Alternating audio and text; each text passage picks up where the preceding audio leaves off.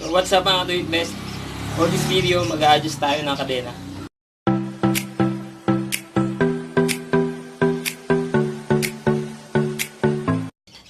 So alam niyo mga Doit Best, so isa rin sa nakakabawas ng performance ng motor natin is yung maluwag na kadena, kagaya nito. So umpisaan natin luwagan dito. And then tapos kapag naluwagan na to, ito naman yung adjust natin para sumikip yung kadena. Tsaka dito sa kabila. So kailangan pantay yung pag-adjust ng kadena natin. Tapos sa pag-adjust ng kadena,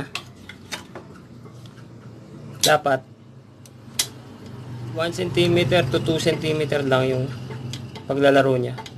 Hindi kagaya nito. Kung kagaya nito yung kadena mo, so kailangan mo na dapat i-adjust. So nalawagan ko na to. Adjust naman natin to. Ang size nung sa akin is 13 mm. So pag-adjust nya, try natin dito sa taas. Tapos isang ikot lang pababa. Tapos ganoon din sa kabila. Sa baba naman tayo. Then sa taas para pantay. So ngayon, check natin yung kadena. So maluwag pa rin, adjust pa din natin. Isa pa.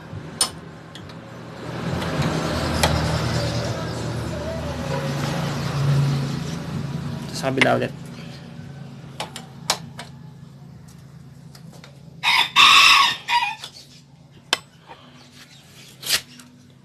Check ulit natin yung kadena. Kunti pa. So adjust naman natin, kalahati na lang.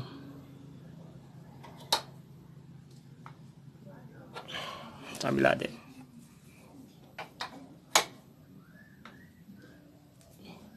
Yan. Check ulit natin yung kadena.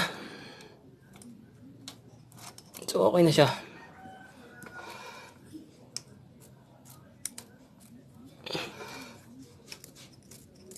So ngayon, hihigpitan ko na ulit to.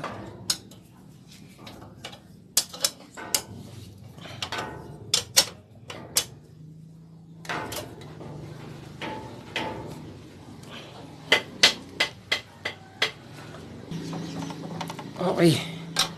Last. So yun. Ganyan lang kasimple mag-adjust ng kadena. So kung kanina, sobrang luwag. Ngayon,